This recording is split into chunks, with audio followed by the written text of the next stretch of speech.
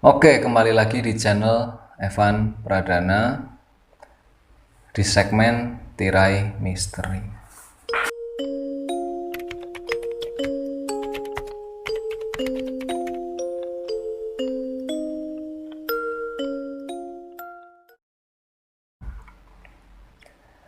Oke, di cerita kali ini masih dengan cerita pribadi, pengalaman pribadi.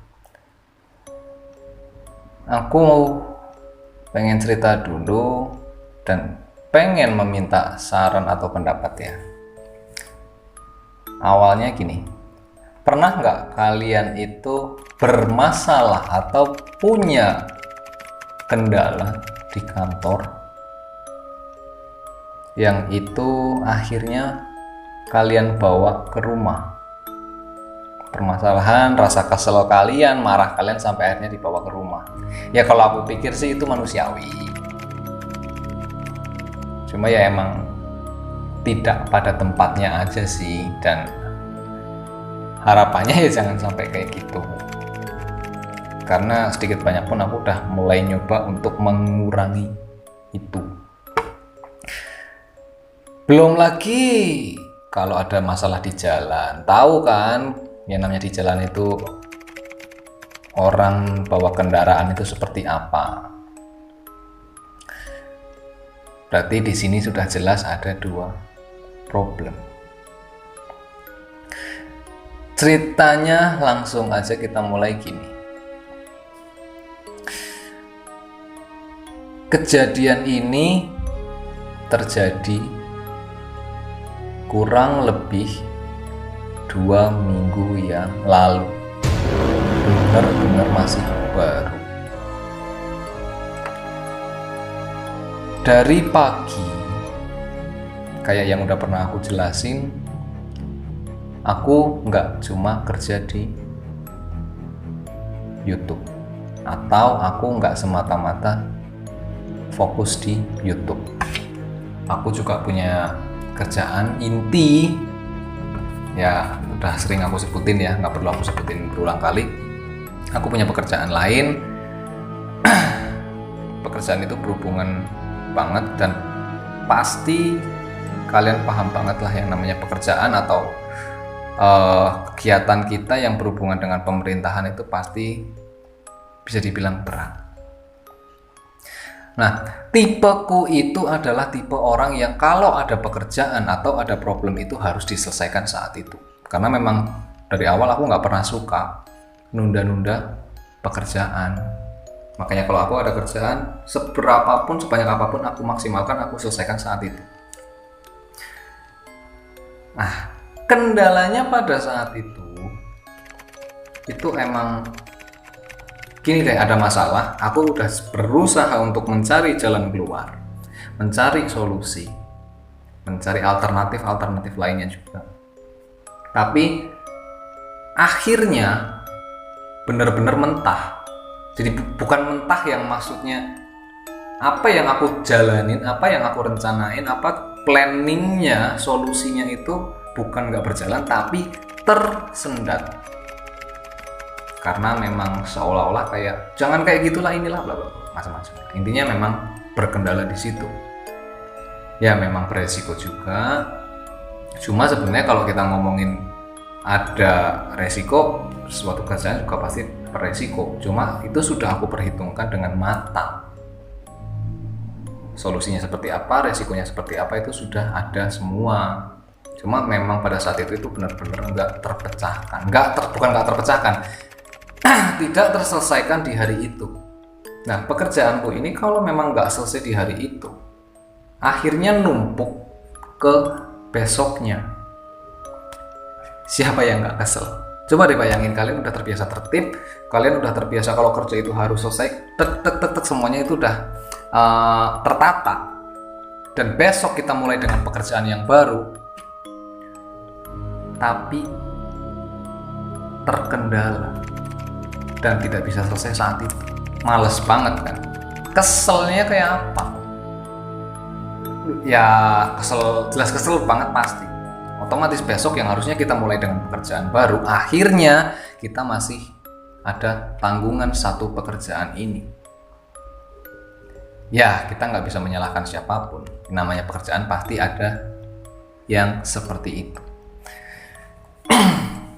Masalah nggak kelar, jelas emosi tinggi. Ya, udah bad mood banget, udah bete banget pada saat itu. Bener-bener bete. Pulanglah kita, sampailah kita harus pulang. Aku masih bener-bener bawa yang namanya emosi, kesel apa segala macam. Gimana besok, males lah apa. Banyak banget. Di jalan, yang tadi aku bilang, di jalan itu yang namanya orang bawa kendaraan itu bener-bener bermacam-macam. Kalian tahu ular nggak? Ular, yang namanya ular itu jalan semaunya kan. Kejadiannya ini antara kesel, emosi, ya tolol. Orang, kita lagi jalan di jalur kita itu benar, keluar dari gang, bukan gang sih, jalan kecil, jalan ya kayak pertigaan gitu, nggak nengok, nggak berhenti, langsung keluar dan ngambil jalur tengah di jalur kita juga, nyebrang. Gimana coba rasanya? Kaget, nggak siap dan lain-lain. Ya seketika itu juga. Ribut nggak kalian kalau kayak gitu? Aku tanya itu dulu deh. Udah di kantor ada masalah, nggak selesai, macem-macem, di jalan dibikin rese sama orang. Itulah pokoknya. Hampir aja kan ngomong nggak bener kan. Ngeselin banget gitu. Mau marah, mau emosi keluarin. Dia tuh posisi gini, keluar dari gang, ngambil jalur tengah, belok masuk gang lain, gang di seberangnya. Ya itulah, bahasa kasar banyak banget lah, males ngomong. Udah nggak karu-karuan, perasaan udah makin emosi, pusing. Aku tuh memang tipenya kalau udah marah, kalau udah emosi, apalagi emosi itu nggak keluar, yang ada pusing. Yang namanya jantung itu bisa kayak deg keras cepet banget, pusing. Tuh pasti imbasnya kemana-mana. Contoh, diajak ngomong seperlunya, chat males buka, pengennya tidur gitu. Posisi itu udah jalan lah ya, kita lupain itu, sampailah di rumah. Nah, di rumah itu posisi gini, setiap hari, setiap pulang kerja atau apapun itu tuh aku pasti pulang. Kalau pulang itu nyempetin lah waktu buat ngobrol sama orang tua. Ya nyapa lah, ibaratnya kayak nyapa. Aku ngobrol, cerita kegiatan hari ini, ada masalah ini, apa segala macem, cerita-cerita ya basa-basi, cerita singkat. Nggak pernah sih aku yang namanya itu langsung masuk kamar. Kalaupun itu langsung masuk kamar pasti ganti. Setelah itu pun aku langsung keluar kamar, ngobrol, ya makan, ya ngobrol. Cuma gara-gara posisi itu, ya nggak tahu bener nggak tahu salah, aku bener-bener yang namanya emosi itu aku luapin di situ. Emosinya bukan emosinya ngamuk ya, lebih kayak gimana ya, pulang nutup pintu aja nggak ada slow-slownya sama sekali. Bret, tutup. Bapak ibuku sampai kaget dan nanya, kenapa? Kamu kenapa? Apa segala macam? Dia tanyalah. Dan nggak ada yang aku respon. Padahal aku nggak pernah yang kayak gitu. Pasti aku sempetin buat jawab. Enggak tadi karena angin kayak atau apa kayak. Ada masalah apa? Tapi kali ini bener-bener aku ya kayak orang hilang akal gitu.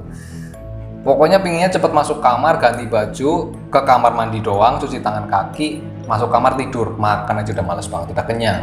Sama masalah di kantor, bukan masalah sih, kendala di kantor, sama masalah di jalan. Kalau yang di jalan ini benar-benar masalah. Kalian pasti ngomongin masalah kan, bukan kendala kan. Masalah banget, itu orang pembawa masalah sih. Ya nggak tahu siapa, pokoknya orang itu pembawa masalah aja kan. Sekarang kalau kita tabrak jelas itu perkara kok. jelas itu jadi masalah kan, lupain.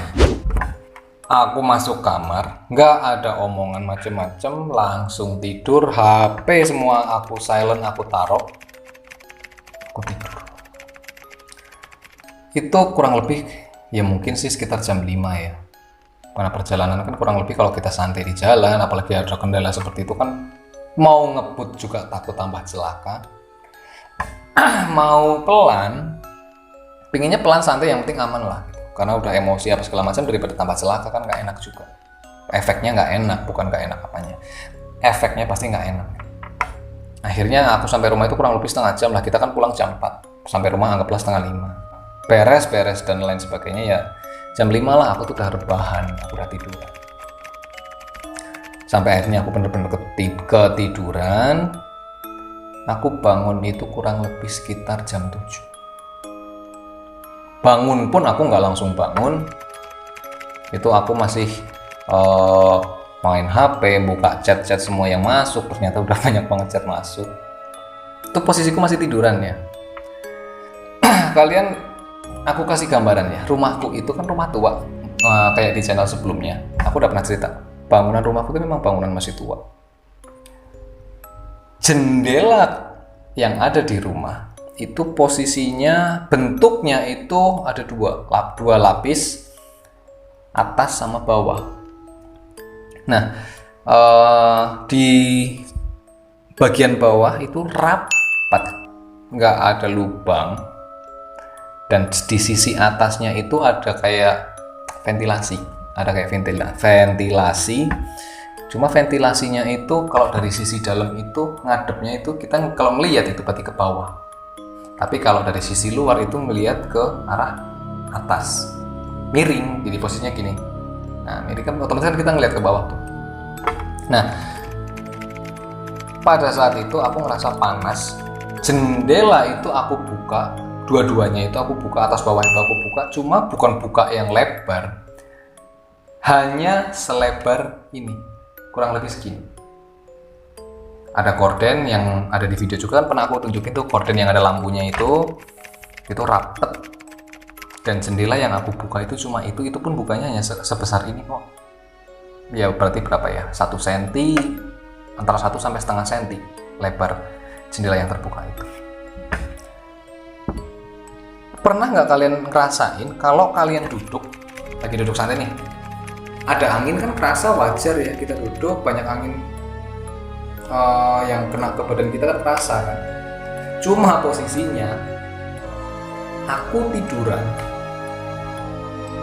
mau kena angin gimana, paling kena kaki, hanya kayak lewat doang, cuma lewat biasa, dan itu nggak akan kena di badan juga. Tapi posisinya sekarang beda. Aku lagi tiduran, ada angin besar, Pak. Ya nggak bisa dibilang kayak angin yang bencana ya, cuma memang benar-benar besar, pusaran angin yang benar-benar aku rasain. Itu kayak kalian nyalain kipas angin. Anginnya gede, ya segede-gede itulah, cuma itu benar-benar berpusar di satu ruangan. Jendela aman, nggak gerak juga. Korden yang seringan itu pun nggak gerak sama sekali. Tapi barang-barang kayak kertas, ballpoint pun sampai geser. Ruangan ya sedikit kayak kacau, dan di situ aku panik, aku mau berdiri juga nggak bisa. Ya bukan nggak bisa, lebih kayak cengok. Tahu cengok nggak? Cengok itu kayak bingung, heran gitu loh. Ini harus gimana sih? Aku udah nggak ngerti, aku tunggu di situ, aku doa. Ini kenapa? Aku coba doa, ini kok sampai kayak gini. Nah, lepas dari situ, itu kejadian kurang lebih selama 30 detik sampai 1 menit. Akhirnya, setelah kejadian itu selesai, aku duduk, aku minum air putih. Aku keluar kamar. Aku ingat aku belum mandi. Akhirnya aku mandi. Selesai mandi, ya udah lumayan fresh lah. terus juga emosi udah nggak hilang, cuma berkurang.